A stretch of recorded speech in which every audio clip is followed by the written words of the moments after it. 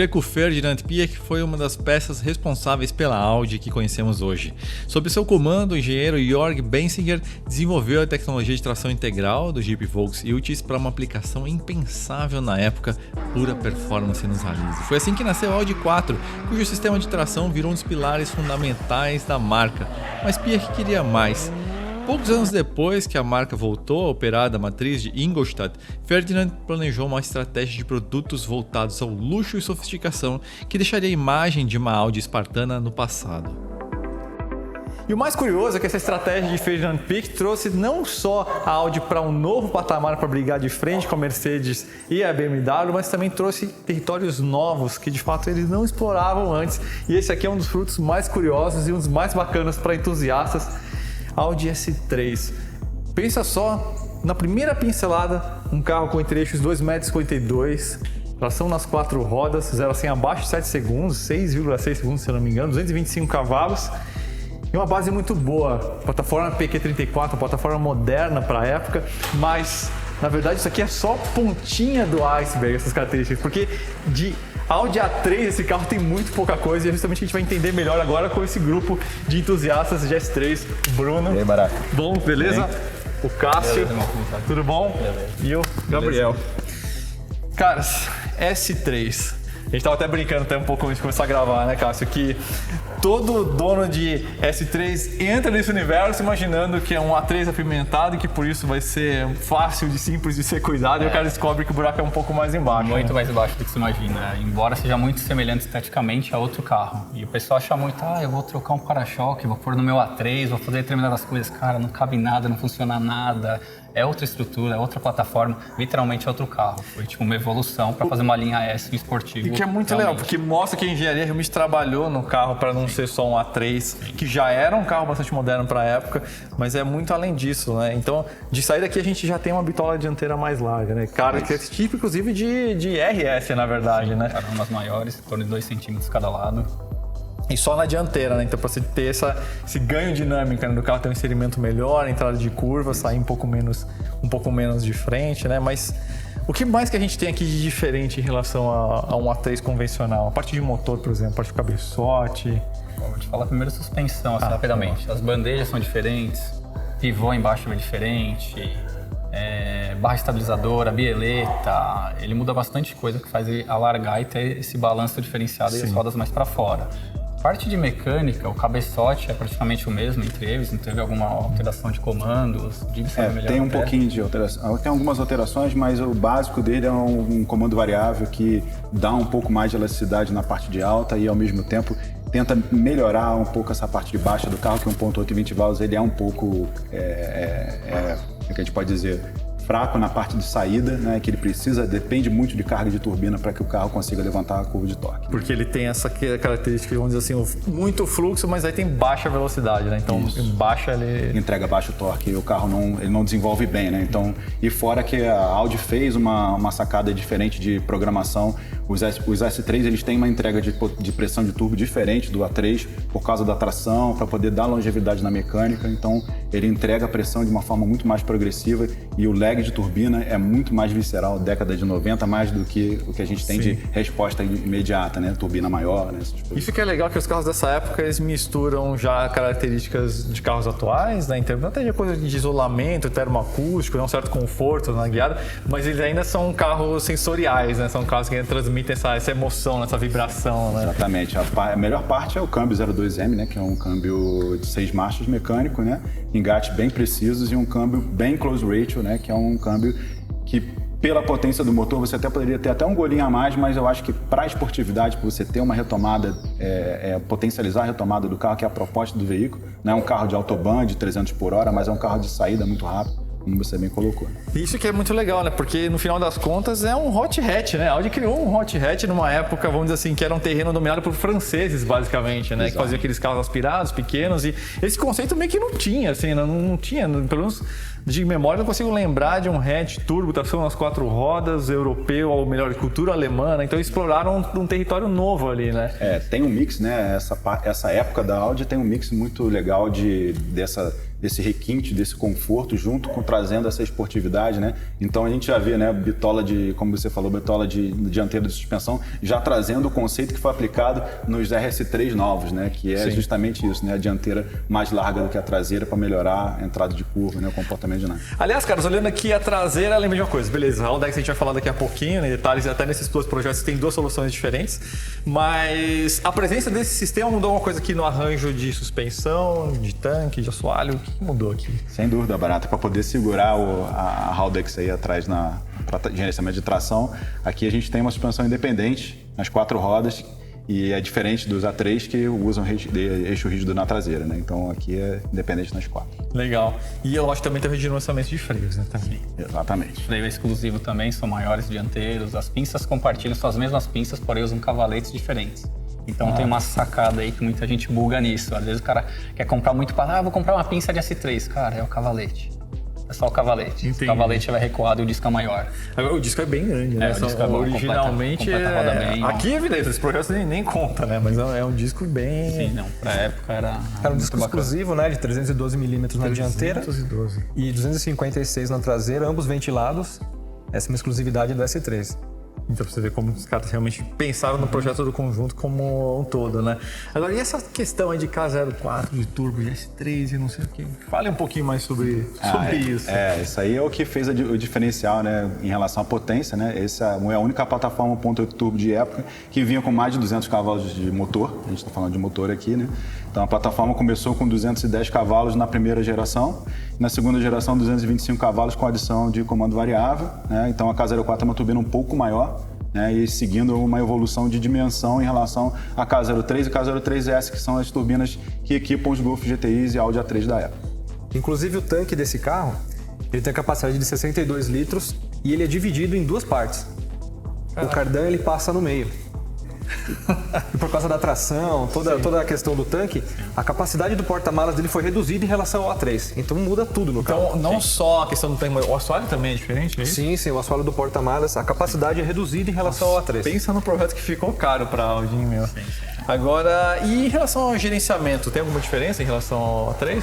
Também muda tudo. A injeção é totalmente exclusiva, ele trabalha com 2 sondas, uma wide, tem acelerador eletrônico, exclusividades da época que tinham só no S3, né?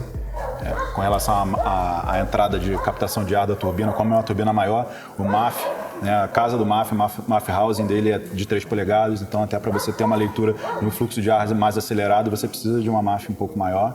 Então ele tem uma MAF exclusiva também, que é 3 polegadas, que é utilizado muito para preparação. Todo mundo que quer empurrar potência precisa da MAF de S3, da housing da S3, pelo menos para poder gerar, né? Agora chega aqui, vamos mostrar o interior desse carro. A gente estava falando outra coisa, falando em IRS, né? Esses bancos, né, meu? Esses bancos são da época, os mesmos utilizados nos RS4, né? Bancos 100%, RS4 também, né? 100% elétricos. O carro envelheceu muito bem. Esse carro, pra época, foi um conceito bem surreal. Quando saiu, foi tipo realmente uma coisa que chocou muito a galera, que eles saíram literalmente da casinha, que vinha de uma coisa quadrada, de uma S2, S4, S6, e arredondaram inteiro o carro, fizeram uma coisa bem diferenciada, seguiram o 4x4 padrão da linha S e fizeram um mix de câmbio bom, curto, rápido, que dá uma direção esportiva. Do jeito que ele falou, não é um carro muito longo de final, mas, cara, ele passa muita emoção rápida, ele é curto, ele puxa bem, então dá aquela pegada esportiva. E pra época, dos anos 2000, puta, cara, era o que existia de melhor. O câmbio ajudou muito a reduzir o lag também do turbo, né, assim, pra poder pegar mais embaixo. O câmbio também tem muita influência com isso, né? E a caixa de direção também é diferente, né? A caixa de direção, ela é 30% mais rápida do que a caixa do A3, né? Normal. Então a direção então é bem mais... muita coisa diferente específica dele. Embreagem também, volante bimassa, que então se você reparar, todo mundo que tem S3 ou que já andou num percebe que a saída de embreagem é uma saída que não dá tranco. Então você vem queimando a embreagem, dando torque nas rodas, então o carro não tem aquela batida meio que seca para você começar a tracionar as rodas. Então você tem o volante bimassa por trás, em todo um amortecimento para poder o carro sair, né? O cardan do carro com borracha nas 2 pontas. Então é um negócio bem requintado, né? Muito. Aliás, falando em refinamento, farol de Retinone de série, pacote Brasil, som Bose, teto solar. E o interior 100% couro, né? Lá na Europa você tem ele em alcântara da cor do carro ou azul, amarelo. 100%. Já vem aqui na seção Isso. central, que meio que como era as RS2, né? Que tinha aquela Isso, combinação de cores. Exatamente. Aliás, aqui já é essa fase nova de design da Audi, nova para a época, né? Que já seria o equivalente, vamos dizer assim, ao RS4B5, né? Isso. Mas que ainda conversa muito com o desenho da RS2 ainda, né? Então essa linha de cintura aqui já um pouquinho mais alta, mas essa coisa dessa escultura mais lisa, né? Não é um carro cheio de recortes, né? Ele é bem simétrico, né? Então ele faz bem essa ponte, vai dizer assim, entre o que é Audi hoje e o que é Audi que ficou mais famosa lá nos anos 80 e 90, né? A ascensão, né, da marca, né? Foi mais ou menos Exatamente, essa. ele consolida muita coisa aqui, né? Agora, em relação ao Brasil, caras, quantos S3 que nós tivemos por aqui? A gente tem pouco mais de 320 unidades, se não me engano são 323 unidades ou 324, ao longo de 98 a 2003. Foi o período de venda desses veículos aqui no Brasil, fabricação/venda. Mas esse projeto é um projeto 97 da Europa, né, 96-97 da Europa, que veio para o Brasil só um ano depois. Cara, agora, essas características todas que a gente falou são muito boas para se fazer um projeto, né? No fim das contas, é exatamente que a gente tem aqui dois níveis completamente diferentes, né? Quantos cavalos esse carro aqui tem nas rodas? Vocês aferiram isso? 640. 640. E agora, engraçado que esse aqui, Bruno, a gente tá falando de uma potência muito menor, né? Hoje. Muito menor, em torno da casa de 275 cavalos. Agora, olha só, são dois universos completamente diferentes, porque não é só potência que separa, que tem uma questão de conceito que eles compartilham também, especialmente na parte dinâmica, e aí vocês vão conhecer um pouquinho melhor a partir de agora.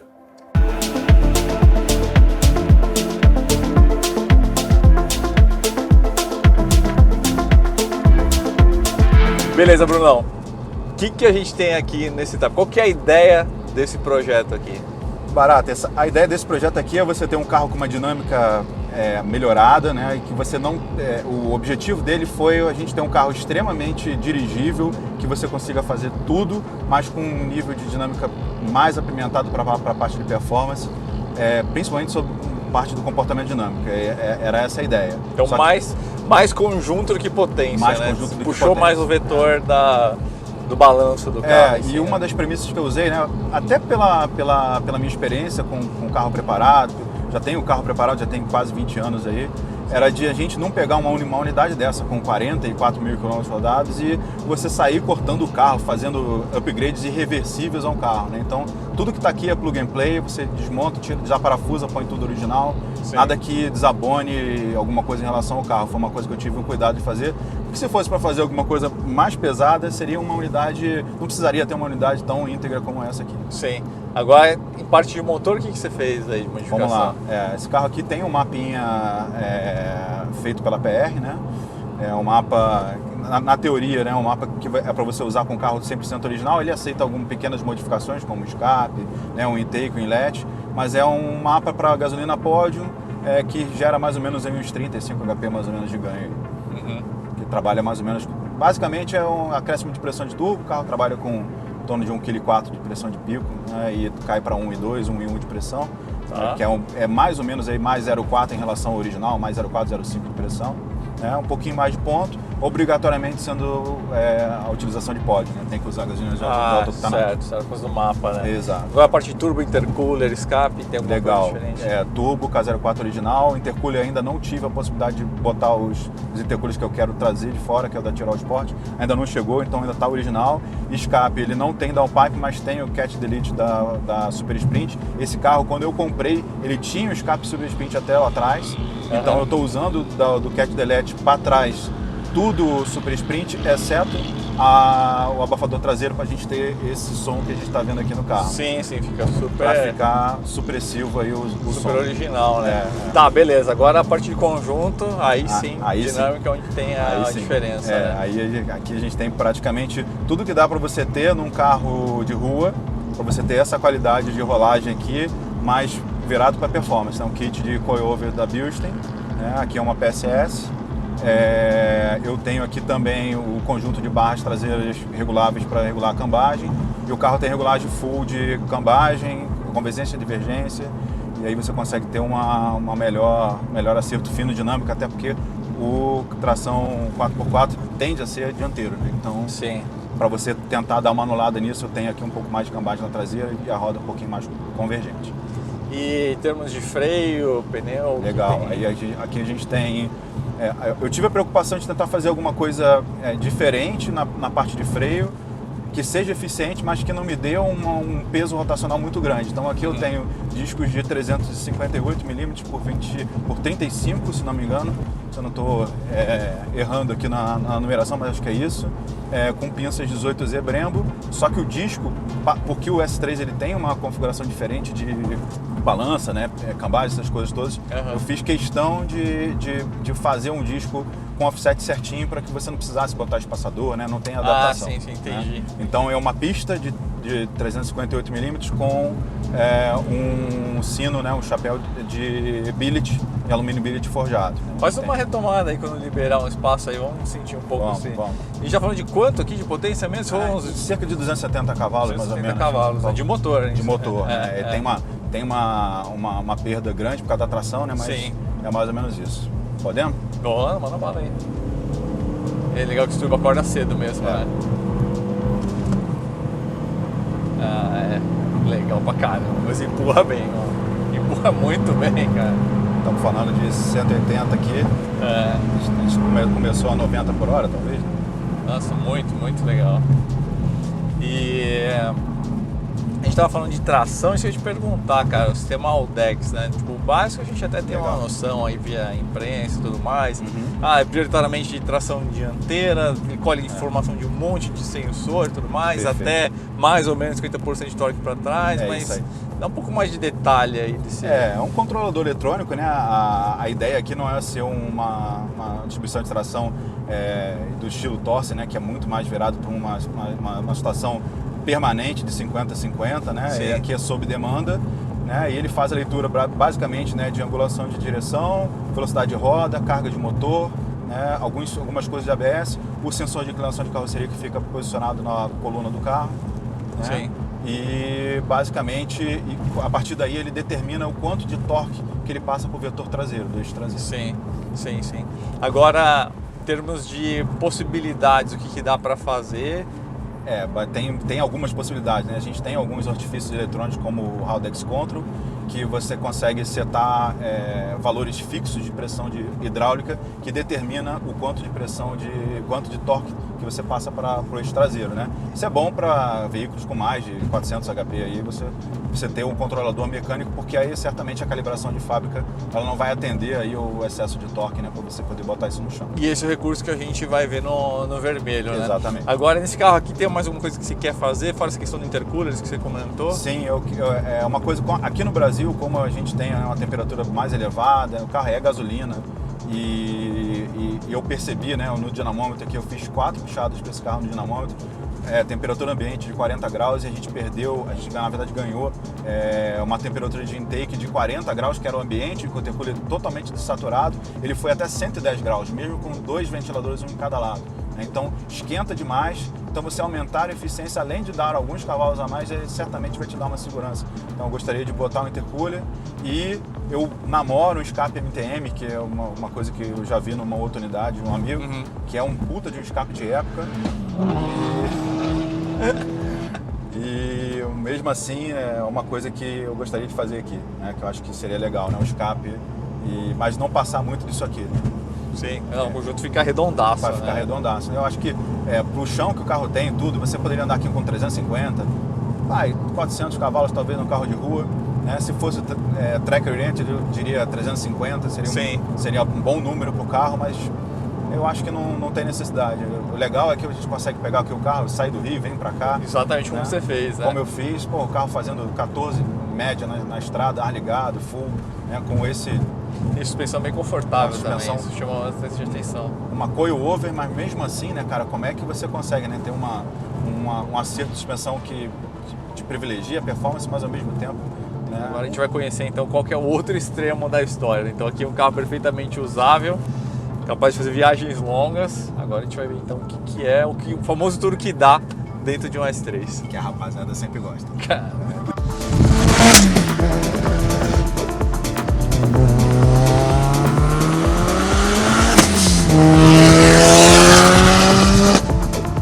Cássio, a gente troca de roupa bem rápido, hein, bicho? Nossa senhora! Tem que ser ágil hoje em dia pra sobreviver nesse Brasil, viu?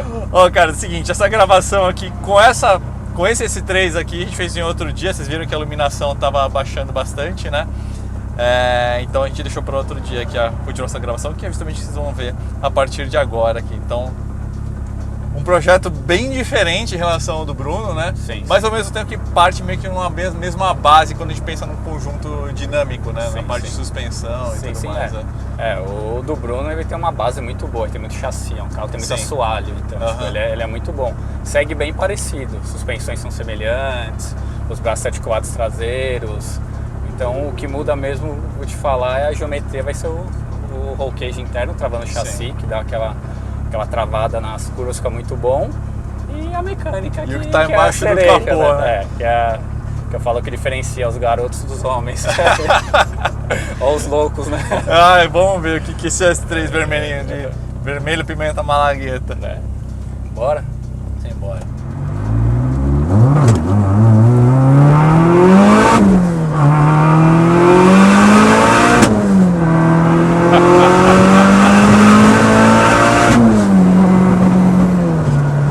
Cara, é um puxa aceleração fodida, mano. É sensacional. E o legal é que vai pro chão mesmo, né, meu? Sim. É entrega segura, o carro não fica procurando, ele só desenvolve, né, Sem cara? risca reto, a gente anda com alinhamento bem agressivo. Alinhamento de pista na rua. Então a gente gosta, você vai dizer que pneu é luxo. Mas Você anda com ele um pouco de cambagem, um pouco aberto? Cara, ele anda bem cambado, ele anda aberto, a traseira dele anda bem cambada também. Sim. A gente faz um alinhamento bem voltado pra curva, mesmo pra pista, pra ele riscar mesmo. Sim. Então a gente prefere que ele tenha muita interferência na pista, mas que fique bem centrado no chão, que faça uma coisa bem justa, porque é um carro perigoso. Sim. A gente tem que ter consciência também. A gente gosta, a gente brinca, mas todo mundo aqui é barbado e sabe que isso daqui é perigosíssimo, cara. Agora aqui embaixo do capô a gente tá falando de um motor já que tem mais de 2 litros, né? Fala um pouquinho aí de especificação. Esse é um motor bem diferente, assim, um dos únicos que eu conheço, a gente conseguiu chegar a 2.1 com ele. A gente tem um virabequim da Turbo Diesel 1.8 europeu, então o curso dele é 95,5. A gente usa pistão em Biela 83, pistão 83,5, Biela Integrate, pistão JE. A gente tem um cabeçote da Stumpf, terceiro estágio deles, usa comandos da Cat Cams. É um projeto bem legal mecânico. Aí o restante é uma embreagem à altura, a gente usa uma Clutch Master para 1.200 cavalos, então uma embreagem que não dá pau, não deixa a gente na mão nunca. Mecanicamente acho que é isso, câmbio forjado, reforço. O escalonamento é o mesmo do S3 ou não? Não, o câmbio a gente tá com as marchas um pouco mais alongadas. Entendi. Principalmente quarta, quinta e sexta. A sexta dele é bem curta, a sexta era pra fechar uns 280 e pouco, tá fechando a 310 hoje. Caraca. Hoje em dia tem muito pessoal de jeta perigoso na rua, essa é perigoso no final. Cara, que foda, meu. E agora uma coisa que a gente tem aqui é que a questão do Haldex já mudou um pouco aqui o funcionamento, né? Sim, vamos lá. Existem alguns modos que acompanham o Haldex para dar uma melhora eficaz de deixar 50 por 50. O pessoal usa um parafuso que aumenta o dreno do óleo tracionando mais o carro. Sim. E eu uso um Haldex Control. É como se fosse uma full tech pro Haldex, que ele deixa ele acoplado 50 por 50 praticamente full time. Dá uma esticadinha aí, vamos sentir de novo aí.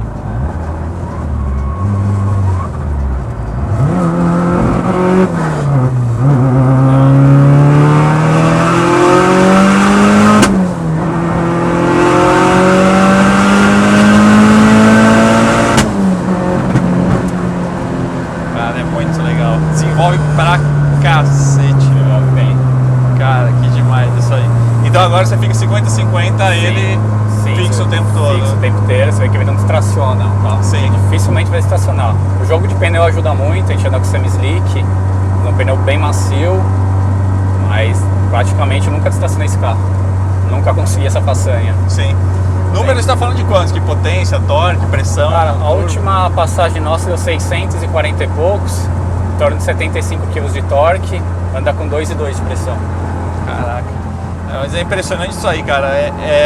O quanto que esse conjunto ele suporta bem todo esse torque, toda essa potência, porque, cara, a gente está desenvolvendo, mas é seguro, né, cara? Sim, é uma sim. coisa... E é engraçado que a gente tava falando do chão, que é uma base muito parecida com a do Bruno, mas aí, lógico, que o coxim já mais firme, o banco também, ele transmite muito mais vibração, né? Então é engraçado como a experiência muda completamente, mesmo sem pisar no carro, só de estar aqui já amarrado. Uma coisa mais race. Fica totalmente mais race, sente muita vibração no assoalho aqui, né, no corpo, né? Sim, tremida todo. É difícil até de conversar aqui dentro. Sim, e ao mesmo tempo essa comunicabilidade que deixa o carro mais visceral também, né? Você sente muito mais. Ele evidentemente tem uma capacidade de retomada incomparável com o carro do Bruno, né? Que é uma outra proposta, uma outra pegada. Mas você sente muito mais aqui, né? A aceleração no carro. Sim, é um carro bem gostoso. Porque não eu tem uso esse fio, carro né? direto. Sim. Minha filha adora ir na escola desse carro. Isso que é uma montanha-russa, né? Tipo, é o carro que eu uso, sinceridade, carrego coisa, vou comprar material, carrego até cimento aqui dentro, já, o pessoal não acredita. O carro é feito pro uso, ele tem que ser um carro veloz, é um carro que tipo, eu não quis montar o carro mais rápido. Eu queria um carro rápido, um conjunto bacana, que não me desse aborrecimento e que fosse prazeroso de dirigir, queria uma coisa mais específica. Eu acho que conseguimos chegar num consenso tipo, bem legal do que seria um tudo que dá sem quebrar. Que acima disso tem que mexer muito no hall, que você começa a mexer em outros periféricos e, cara, aí é ladeira abaixo, a gente sabe disso. Existe uma limitação para os carros. Pro meu uso, que é diário, eu uso o carro, eu saio com o carro, eu vou com o carro, eu volto. Cara, isso é tudo que dá. Não dá e aqueles 50 ou 100 cavalos a mais de roda que você procura, que puta, começa a quebrar um monte de coisa e enfim. Você se desgosta do projeto às vezes. Não é que carro turbo é ruim, carro turbo é bom. É o que todo mundo fala, é bom até quebrar. O problema do turbo é que é muito fácil ganhar potência, né, cara? Então é fácil passar do ponto, né? Sim, a gente se emociona, a gente sabe disso. Quem dirige sabe, isso daqui pra se emocionar é muito fácil. Então é a parte que dói depois. Vai, mais um minha aí, só pra gente se despedir aqui do projeto. Carro sensacional, cara.